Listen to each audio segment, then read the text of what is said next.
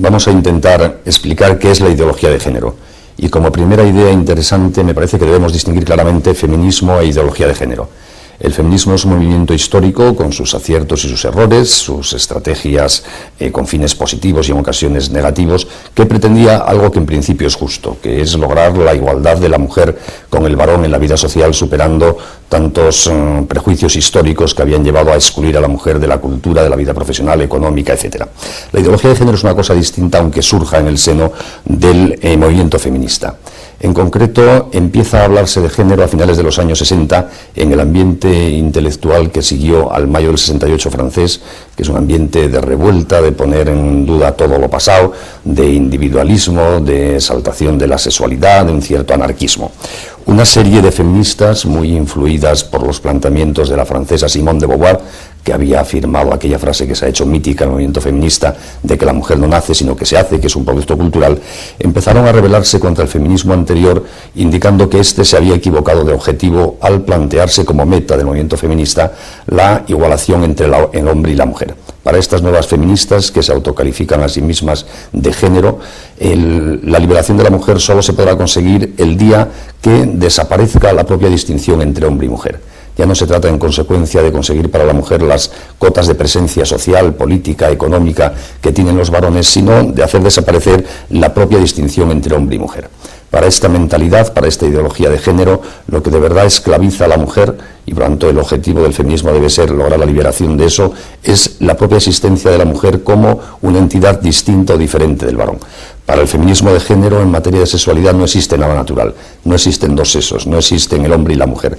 Lo que existen, sin más, son unos productos culturales creados por el varón para esclavizar a la mujer, para atarla a lo que denominan función reproductiva, es decir, a que tengan hijos para el varón. Y por lo tanto la liberación de la mujer vendrá el día que sea liberada de esa propia función de tener hijos, de la maternidad. Como para el feminismo de género en materia de sexualidad no existe nada natural, todo es cultural, cada uno se construye libremente lo que ellas denominan su orientación afectivo-sexual, es decir, la dimensión sexual de su personalidad. Y como es una construcción autónoma la orientación afectivo-sexual, todas las orientaciones afectivo-sexuales son igual de valiosas.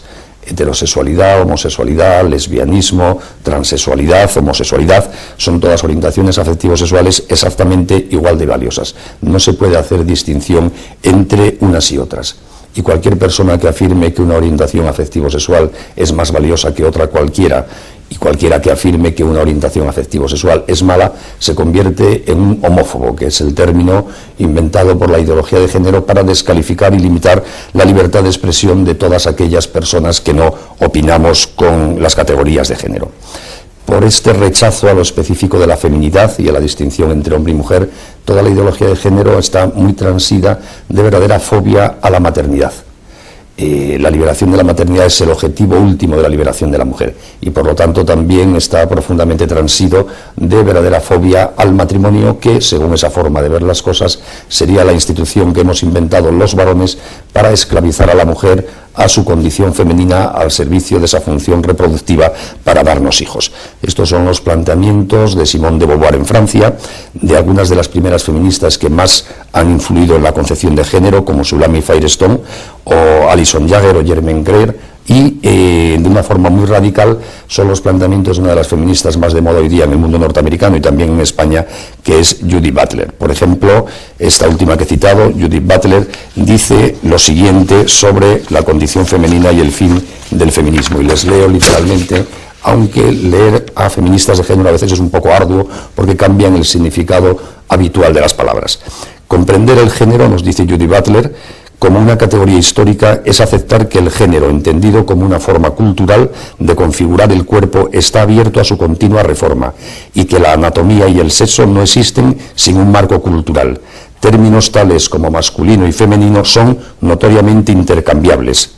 Los términos para designar el género nunca se establecen una vez por todas, sino que están siempre en el proceso de estar siendo rehechos.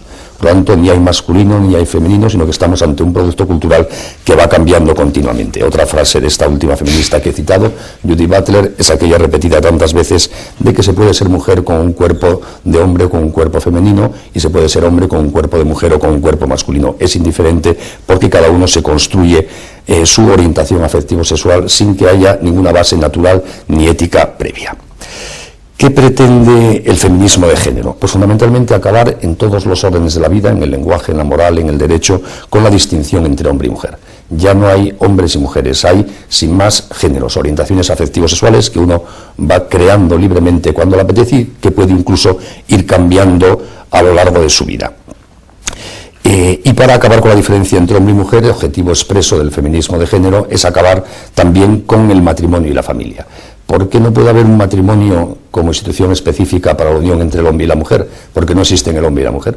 Y por eso el matrimonio debe pasar a ser una institución para la unión de cualesquiera dos adultos, sea cual sea la orientación afectivo-sexual de estos. Ya no hay diferencia. Puede ser la unión de un hombre con una mujer, de dos hombres o dos mujeres.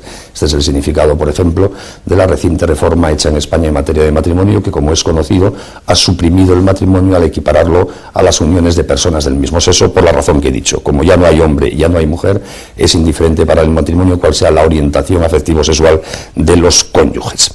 Así se pretende llegar, en la terminología del feminismo de género, a una sociedad sin clases de sexo. Es decir, igual que para el marxismo el objetivo final de una sociedad liberada era la desaparición de las clases sociales, de ricos y pobres, de proletariado y burguesía, para el feminismo de género se trata, aunque no se sabe cómo eso se va a concretar, de llegar a una sociedad en la cual desaparezcan los hombres y las mujeres, ya haya una única humanidad, con las orientaciones afectivos sexuales que cada uno se quiera construir, pero donde nada distinga al hombre de la mujer. Y para conseguir esta finalidad, por inconcreta que sea, el feminismo de género se empeña en una labor que ellas mismas denominan deconstrucción. Se trata de cambiar el significado del lenguaje, reescribir la historia, rehacer la ética, rehacer el derecho y, por supuesto, rehacer la religión. Así se empieza a hacer una historia que es la historia de la lucha entre los hombres y las mujeres, entre el patriarcado, que es como denominan a toda la época histórica anterior en que había distinción entre hombre y mujer, y la nueva sociedad sin clases que habrá de llegar. Se ataca a la familia como si fuese una institución esencial y conceptualmente represora, y específicamente el matrimonio monógamo propio de la tradición cristiana y occidental. Se intenta deconstruir la educación para que ésta sea un instrumento de cambio de la mentalidad, para rehacer la conciencia de los chicos y chicas desde jóvenes, para que piensen en las categorías propias de la ideología de género. Se pretende reconstruir el lenguaje, cambiar el significado de las palabras. Antes me he referido al cambio del término matrimonio para que deje de hacer alusión a la unión entre el hombre y la mujer. Luego comentaré algunas otras de las palabras propias o típicas más repetidas de la ideología de género. E incluso se intenta reconstruir la religión. Se han hecho ediciones de la Biblia inspiradas por estas ideas de género, donde a Dios no se refiere con términos que indiquen ni masculino ni femenino, sino siempre neutro, para evitar la sensación de que Dios pueda ser masculino únicamente por la forma de hablar histórica de los hombres. ¿Cuál es el final al que se aspira desde el punto de vista de la agenda política de la ideología de género? La verdad es que no se sabe.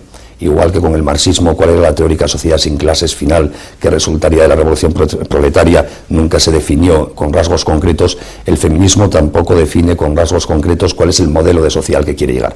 Únicamente intenta atacar todas estas realidades tan positivas que el feminismo de género considera malas, para llegar a una teórica sociedad sin clases, sin hombres y mujeres, que no se sabe muy bien en qué consisten. Les leo, por ejemplo, una definición de esa futura sociedad sin clases de sexo, sin hombres y mujeres, que hace una de las feministas de género de la primera jornada, Alison Jagger. Dice lo siguiente: el final de la familia biológica eliminará también la necesidad de la represión sexual.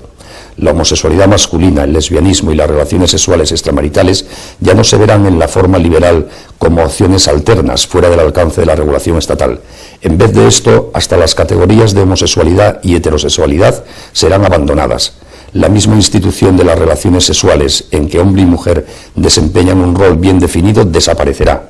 La humanidad podrá por fin revertir a su sexualidad polimorfamente perversa natural. No se sabe muy bien lo que es esto, pero lo que está claro es que ya no hay ni categorías morales, ni físicas, ni éticas. Cada uno se irá construyendo, no se sabe muy bien qué, para que todos seamos supuestamente felices en ese teórico paraíso que algún día llegará. Quizá la mejor valoración cultural de qué significa hoy día, en los finales del siglo XX y comienzos del siglo XXI, la ideología de género, la ha hecho, por lo menos en lo que yo he podido leer hasta ahora, el cardenal Ratzinger, cuando todavía no había sido designado Papa Juan Pablo II. En la Sal de la Tierra, inicialmente, y luego en una conferencia que dio pocos minutos después, en una conferencia que dio poco tiempo antes de ser designado Papa, me he equivocado, he dicho Juan Pablo II, efectivamente no es el Papa Juan Pablo II, sino Benedicto. Pues Ratzinger dio la siguiente definición de la ideología de género. Dijo: la ideología de género es la última rebelión de la criatura contra su condición de tal. la última rebelión de la criatura contra su condición de criatura. Y explicaba el Papa, cuando todavía era cardenal, el hombre moderno, con su materialismo, rechaza la existencia de un alma que pueda darle alguna exigencia para su conducta ética. El hombre moderno, con su ateísmo, rechaza la existencia de una instancia externa a sí mismo, Dios, que pueda significar un condicionamiento para su propia libertad o pueda decirle algo sobre su propia verdad. Y ahora, concluía el cardenal Ratzinger, el hombre moderno, con su ideología de género, pretende liberarse de su propio cuerpo. Ya sin alma, sin Dios y sin cuerpo, el hombre moderno es una voluntad que se autocrea, es Dios para sí mismo. Y en el fondo esa es la idea última de la ideología de género. Ya no hay nada que nos condicione, ya nuestra libertad no tiene el soporte de una naturaleza que nos impulsa hacia una determinada forma de vivir y de ser. Ya puramente nuestra voluntad, nuestro querer, sin ninguna referencia a la realidad, crea nuestra propia personalidad, crea la ética, los valores, las relaciones humanas, etc. En el fondo, como todas las ideologías del mundo moderno, la ideología de género es un reduccionismo. El nazismo quiso reducir la historia y la explicación de la sociedad a un enfrentamiento entre razas, olvidándose del resto de parámetros. El marxismo quiso reducir la historia y la clave de explicación de la sociedad a un solo parámetro, la lucha de clases entre ricos y pobres, y ahora la ideología de género, con el mismo simplismo y carácter reduccionista, quiere reducir la explicación del hombre y de la historia a un solo parámetro, el teórico enfrentamiento entre hombres y mujeres. Es un simplismo, pero como todo simplismo tiene una gran eficacia pedagógica. Las ideologías, a diferencia de un sistema de ideas de cualquier tipo, son realidades cerradas en sí mismas, basadas en unos pocos principios muy sencillos, la lucha de clases, la superioridad de los nazis frente a los semitas, o ahora la lucha entre hombres y mujeres, y sobre esos pequeños principios intenta explicarlo todo. Por eso, cuando una persona se imbuye de una ideología, en este caso de la ideología de género, se hace inmune a cualquier reflexión, a los datos de la realidad como contraste, a las razones históricas que no le dan fundamento a lo que dice. Es igual, rechaza la realidad, los datos, la experiencia, porque la ideología lo explica todo y está por encima de cualquier dato discrepante. Ese es el peligro de las ideologías. Creo que es interesante, aunque ya han ido saliendo a lo largo de la exposición, que paremos mientes un momento en algunos de los términos más usados por la ideología de género para que veamos qué significan cuando son utilizados en este contexto de la ideología de género. En primer lugar, el propio término género. La ideología habla de género y no de sexo porque el sexo nos ata a dos realidades morfológicas y genéticas, hombre y mujer. En cambio, el género, que es un término que se recoge de la lingüística, tiene más variedades. Para empezar, en términos gramaticales ya hay 3 géneros, masculino, femenino y neutro. Tanto género indica cualquier construcción cultural que define un papel social de hombres, mujeres, transexuales o lo que se quiera. No es indiferente sustituir el término sexo por el término de género. Hoy día género arrastra, consciente o inconscientemente, todo este mundo cultural que estoy diciendo. Es evidente que también el término género es susceptible de un uso, digamos, sensato y correcto. Inicialmente, muchos pensadores de género querían designar con esta palabra exclusivamente aquella parte de los estereotipos sobre qué es hombre o qué es mujer que históricamente los ha creado la cultura y que existen, evidentemente. Es decir, si los hombres son más fuertes y las mujeres más débiles, si los hombres visten de una manera y las mujeres de otra, si unos llevan el pelo largo y otros llevan el pelo corto, es decir, si estos trabajos son propios de hombres, son propios de mujeres, son cosas accesorias, culturales, que van cambiando. Por tanto, cabría teóricamente un uso del término género en este sentido que sería correcto. Pero hoy día habitualmente cuando se usa, y desde luego en el debate político, en los medios de comunicación, etcétera, el género es todo lo que hemos dicho antes, es la ideología de género, no este uso pacífico al que acabo de hacer referencia en este momento. Otro término muy propio de la terminología de la ideología de género, al que ya he hecho referencia, es el de orientación afectivo-sexual. Y hoy día en las leyes europeas vemos que va apareciendo continuamente la orientación afectivo-sexual como uno de los elementos de discriminación que debe ser evitado, equiparándolo a la discriminación por raza, por ideas, por religiones, etc. Orientación afectivo-sexual es una categoría de la ideología de género que sustituye el sexo por esta consideración subjetiva. Cada vez quien habla en términos de orientación afectivo-sexual parece permanentemente dividir a la humanidad en homosexuales y heterosexuales, en vez de dividirla en hombres y mujeres. Como fruto de ese término se habla también mucho de diversidad afectivo-sexual. Se nos dice que en nuestra sociedad hay una inmensa diversidad afectivo-sexual porque hay muchas orientaciones afectivo-sexuales y debemos respetar ese pluralismo afectivo-sexual. Son términos también muy específicos de la ideología de género.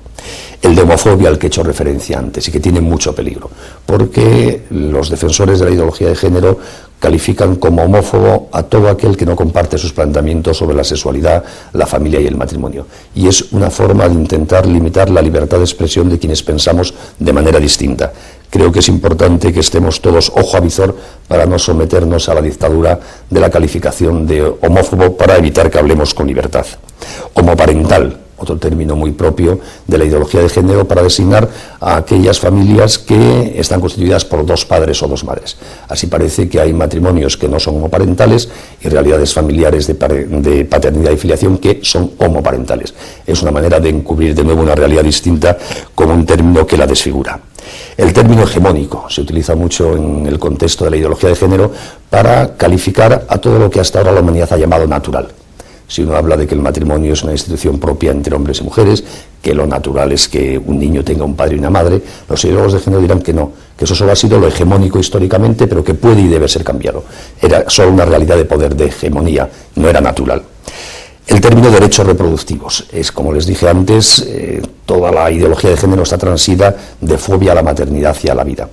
Por eso ha ido creando toda una categoría de presuntos derechos, llamados derechos reproductivos, que son en el fondo el derecho de la mujer de librarse de la maternidad, el derecho al aborto, a la anticoncepción, es decir, la absoluta libertad de la mujer para evitar ser madre incluso cuando ya está embarazada. Esa terminología ha ido entrando en la legislación vigente en muchos países, en los documentos de Naciones Unidas, y cada vez se usa más, y hay que tener siempre en cuenta que esta expresión es muy propia de defender un ataque sistemático a la vida en nombre de una teórica liberación de la mujer de esa esclavitud que es la maternidad. El término patriarcado. La ideología de género utiliza mucho la expresión patriarcado para referirse a toda la historia de la humanidad en que teóricamente los hombres hemos oprimido a las mujeres. Y ahora precisamente la liberación que promueve el feminismo de género tiende a superar ese patriarcado, evitando que haya distinción entre patriarcas y no patriarcas, desapareciendo la distinción entre hombre y mujer. Sexualidad polimorfa, este es un término que cogen de Freud y que viene a indicar que cualquier tipo de prácticas sexuales son igualmente de buenas. Hay un gran pluralismo de prácticas sexuales y nadie puede hacer ningún juicio de mejor, peor, bueno o malo, conveniente o inconveniente. Son algunos de los términos que oímos habitualmente, que aparecen en el debate político, que van apareciendo en las leyes y que van arrastrando consigo, queramos o no queramos, esta visión tan específica de la ideología de género. La ideología de género tiene también su agenda política específica. Esta expresión agenda política la utilizan mucho los ideólogos de género. Les leo otra cita de la feminista de género que he citado antes, Judith Butler, que en su libro Deshacer el género afirma lo siguiente: la tarea de la política internacional de gays y lesbianas es nada menos que rehacer la realidad, reconstituir lo humano y negociar los términos de lo que se considera habitable y lo que no.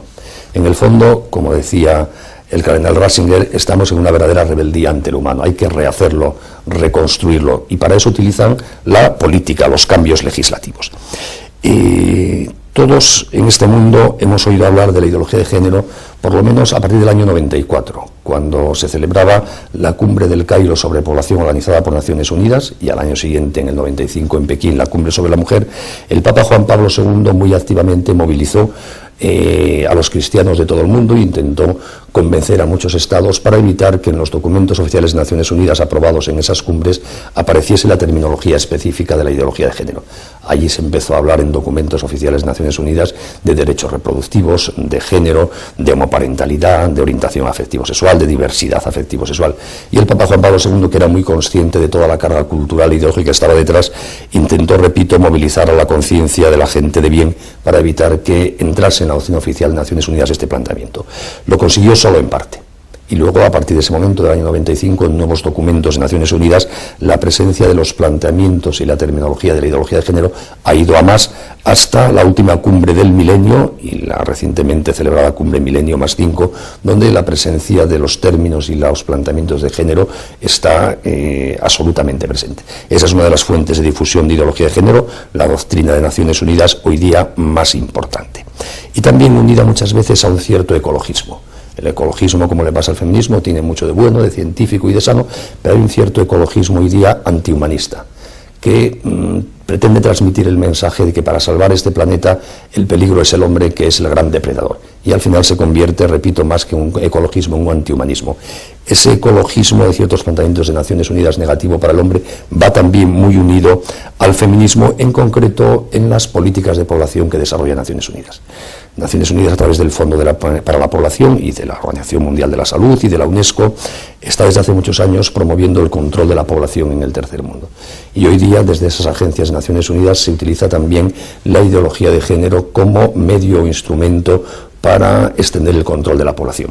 Al final, efectivamente, si hay fobia a la maternidad, si hay fobia al matrimonio, si hay una extensión de la homosexualidad, obviamente habrá menos niños. Y por eso hay muchas agencias de Naciones Unidas que están utilizando la ideología de género prácticamente como un método anticonceptivo más. De un documento del citado Fondo para la Población es, por ejemplo, la siguiente frase: para ser efectivos en el largo plazo, los programas de planificación familiar deben buscar no solo reducir la fertilidad dentro de los roles de género existentes, sino más bien cambiar los roles de género a fin de reducir la fertilidad. Creo que es una expresión muy clara en la terminología de género de esto que acabo de decir. Si desaparece la distinción entre hombre y mujer, si tenemos miedo a la maternidad, efectivamente la fertilidad se reducirá. Y por eso la extensión de la ideología de género va también muy unida, especialmente en los países que reciben ayudas de las agencias de Naciones Unidas, a una promoción cada vez más expresa de la ideología de género.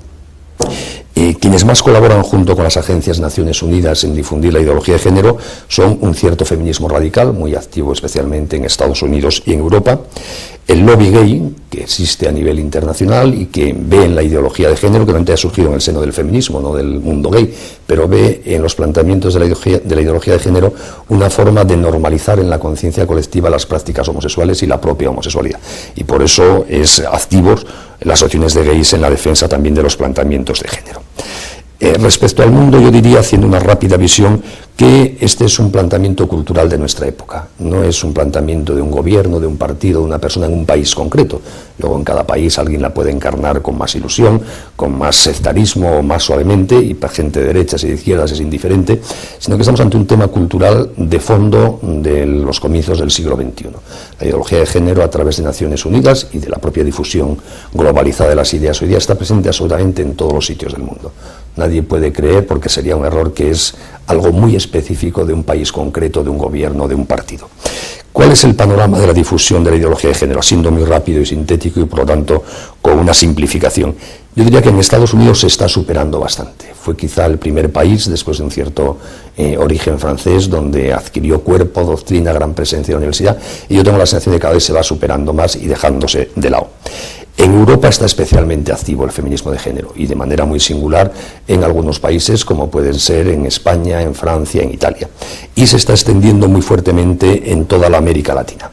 La profunda acción de asociaciones procedentes de Estados Unidos en todos los países de la América Latina está difundiendo la ideología de género, la cultura de los derechos reproductivos, la extensión del aborto, con un debate cultural y político en estos momentos muy en el día a día. ¿Qué podemos hacer quienes creemos que la ideología de género es una forma muy triste de entender a la persona y que ayuda muy poco a que podamos ser felices y buenas personas? En primer lugar, yo creo que estar informados, saber de qué va esto. Porque si no, podemos oír hablar de género, de orientación afectivo-sexual, de una ley que reforma el matrimonio, de otra que regula la transexualidad, y perder de vista que responde a unos planteamientos ideológicos muy concretos. Están informados. Y estando informados se entiende mucho mejor cómo hacer juicios frente a las cosas negativas, considerándolas como negativas. Por poner un ejemplo, en España estos últimos años hemos visto algunas reformas legales que están claramente inspiradas en la ideología de género, y que si no las vemos como tal podemos creer que son cosas secundarias. La ley que ha suprimido el matrimonio al equiparar a los fines homosexuales no es un tema de derechos de los homosexuales, es un planteamiento de género para deconstruir el matrimonio, suprimiendo del derecho la distinción entre hombre y mujer, y si no lo vemos así podemos equivocarnos al hacer un juicio sobre esa ley. La reciente ley de identidad de género, que modifica la forma de inscribirse en el registro civil para que cualquier persona, al margen de que genética y morfológicamente sea varón o mujer, pueda inscribirse como lo que él se sienta. Puede escribir, por decirlo así, su orientación afectivo-sexual subjetiva, sustituyendo a su sexo morfológico. Pues eso no es un tema de derechos de los transexuales, es pura ideología de género. Es introducir en el ordenamiento jurídico el concepto de sexualidad identificándola con la orientación afectivo-sexual propia de la ideología de género, y solo si lo vemos así lo entendemos. La educación para la ciudadanía en España tiene otros muchos objetivos, no solo la ideología de género, pero tiene una carga importante de ideología de género. En el temario de la asignatura aparece evitar los prejuicios homofóbicos, evitar las discriminaciones por orientación afectivo-sexual, valorar el pluralismo de la diversidad afectivo-sexual, el término género reiteradamente. Bueno, pues cuando uno lo ve, tiene que darse cuenta de lo que supone esa terminología con esta carga que lleva detrás, que aunque no sea el tema fundamental de educación para la ciudadanía, también ahí está presente y nos ayuda a hacernos un juicio sobre el significado y trascendencia de esa asignatura. La propia Conferencia Episcopal Española, los obispos, nos han advertido en los últimos años de la importancia de este fenómeno y han animado a los católicos a ser conscientes y a hacer lo que puedan para reivindicar una visión positiva de la sexualidad del matrimonio. En su documento del año 2001, La familia, santuario de la vida y esperanza de la sociedad, nos advertían expresamente en un análisis muy lúcido de la situación del matrimonio en España, de los peligros que suponían, y se le dedica un capítulo entero a partir del número 33, un concepto ideológico de género. Y en ese documento estupendo del año 2006, de noviembre, que son las orientaciones morales ante la situación actual de España, colocan la difusión de la ideología de género en el número 18, al lado de la reforma del matrimonio, del divorcio, del derecho al aborto, etcétera, como uno de los temas graves que deben preocupar a cualquier conciencia despierta en España.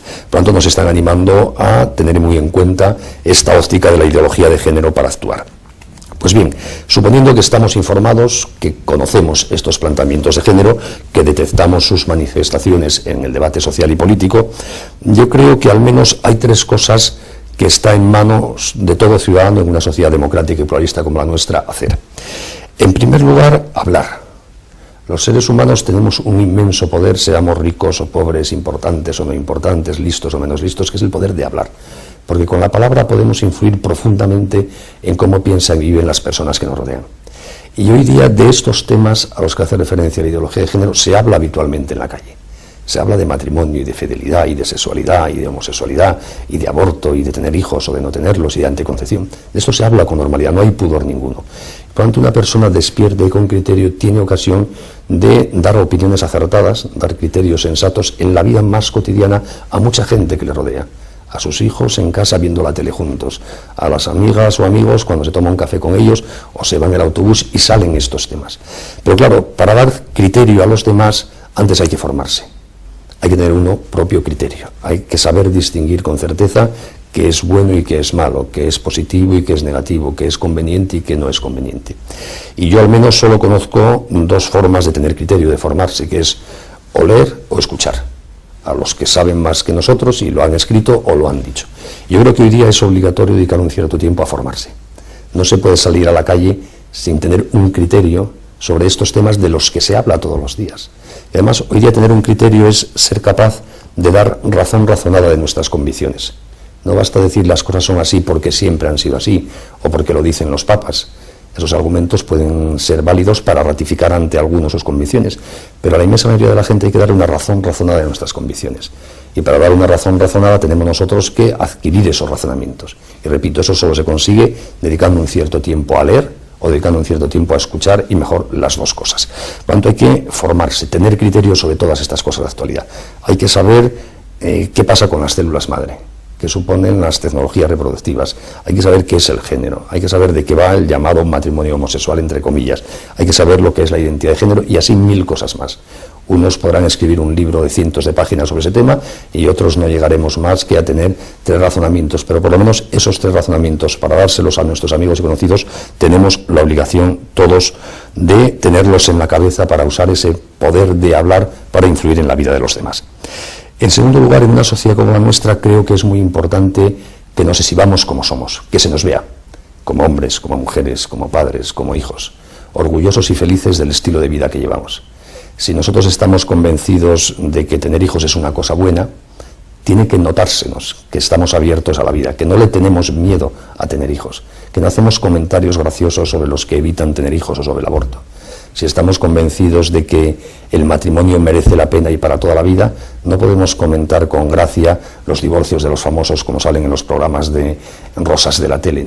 No es responsable. Tiene que vérsenos coherentes con lo que somos. y a los hombres y mujeres casados de vérsenos juntos y felices por la calle, y a los padres de vérsenos con sus hijos, porque eso en nuestra época es muy importante, el ejemplo.